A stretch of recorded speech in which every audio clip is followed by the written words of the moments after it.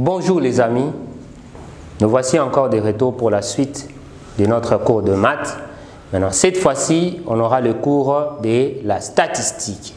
Pour nous les Timothée 2, on va juste faire une récapitulation sur quelques notions de base afin de pouvoir entamer notre cours proprement dit. Alors ici au tableau, nous avons écrit le concept des bases.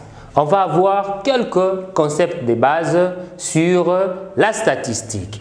Alors, nous avons ici une activité plutôt qu'on a mis au tableau. Les 20 élèves d'une classe de la 8e de l'SSV ont obtenu les notes suivantes à une interrogation de maths. Ça, c'est une activité qu'on a mis au tableau. La deuxième, nous avons, dans les garages modernes délimités, le mécanicien en chef a recensé le véhicule 10 RAV4, 15 Mercedes, 4 Hyundai, 12 Mazda, 7 Toyota et 4 Peugeot. Alors ensemble, nous allons regarder ces deux activités et réfléchir ensemble sur ça. Alors qu'est-ce que vous remarquez? Dans cette activité qui est là, si on observe, parce que nous sommes en statistique, nous devons observer les données avant de pouvoir donner l'interprétation ou résoudre certains problèmes.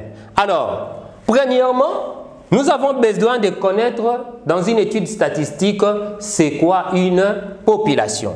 Ici, on nous dit la population ou l'ensemble de références ou encore l'univers et l'ensemble des personnes, d'objets, des animaux ou d'unités sur lequel se porte une étude statistique. Alors, une population est l'ensemble des références ou encore l'univers, et l'ensemble des personnes, des objets, des animaux, des unités de même nature, sur lesquelles se porte une observation ou une étude statistique. Maintenant, ensemble avec moi, regardons dans cette activité au tableau. Dans cette activité qui est là, c'est quoi la population? On nous dit, dans l'activité 1, l'ensemble des élèves de l'ESSV est la population. Dans l'activité 2, l'ensemble des véhicules du garage est une population. Donc, la population est l'ensemble d'unités, d'objets de même nature, des personnes, de l'univers, sur lesquels se porte une observation ou une étude statistique. Le deuxième point, nous avons un échantillon. C'est quoi un échantillon? Un échantillon plutôt. Un échantillon ou un lot. Je sais que quand vous partez au marché, vous voyez, on expose des échantillons de tout ce qu'on veut acheter. Alors on dit un échantillon ou un lot est une partie représentative de la population sur laquelle se porte une observation ou une étude statistique. Comme dans l'activité 1, le 20 élèves d'une classe de la 8e est un échantillon. Ces 20 élèves d'une classe de la 8e de l'SSV est un échantillon sur une étude statistique. Nous passons au troisième point. On parlait de l'individu. C'est quoi un individu en statistique? Un individu ou encore une unité statistique est un élément de la population. Un individu est un élément de la population. Comme dans l'activité 1, les élèves de l'SSV sont des individus.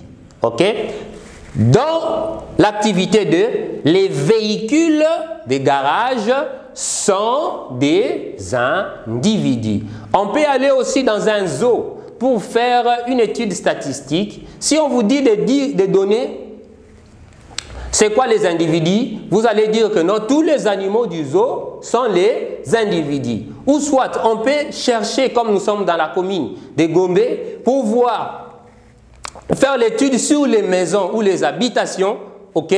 On va dire que non, les maisons ou les habitations sont les individus. Enfin, nous passons au dernier point qui est le caractère. C'est quoi un caractère? Un caractère où la variable est statistique.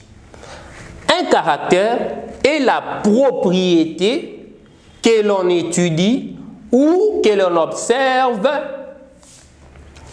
Un caractère, je répète, statistique est une propriété que l'on étudie ou que l'on observe sur les individus d'une population. On observe un caractère sur les individus. On observe un caractère sur une population. Alors ici, dans l'activité 2, ok, par exemple, la marque de véhicule est un caractère. Dans l'activité 1, la note obtenue est un caractère. Alors, pour finir, on distingue deux caractères. Nous avons le caractère quantitatif ou encore chiffré. C'est là où on trouve les nombres. Comme par exemple, on parle de la note obtenue, on parle de la taille, on parle du salaire, on parle de poids. Là, on voit le caractère quantitatif. Mais quand on parle du caractère qualitatif ou non chiffré, là, on regarde la qualification, la couleur, la nationalité, ainsi de suite. Alors, vous allez trouver des exercices sur ça dans notre plateforme où vous allez résoudre afin de pouvoir trouver le caractère, l'individu et ainsi de suite. Merci, c'est ainsi que s'achève notre leçon. Que Dieu vous bénisse. Surtout, n'oubliez pas les gestes barrières et protégez-vous contre Covid-19. Bye.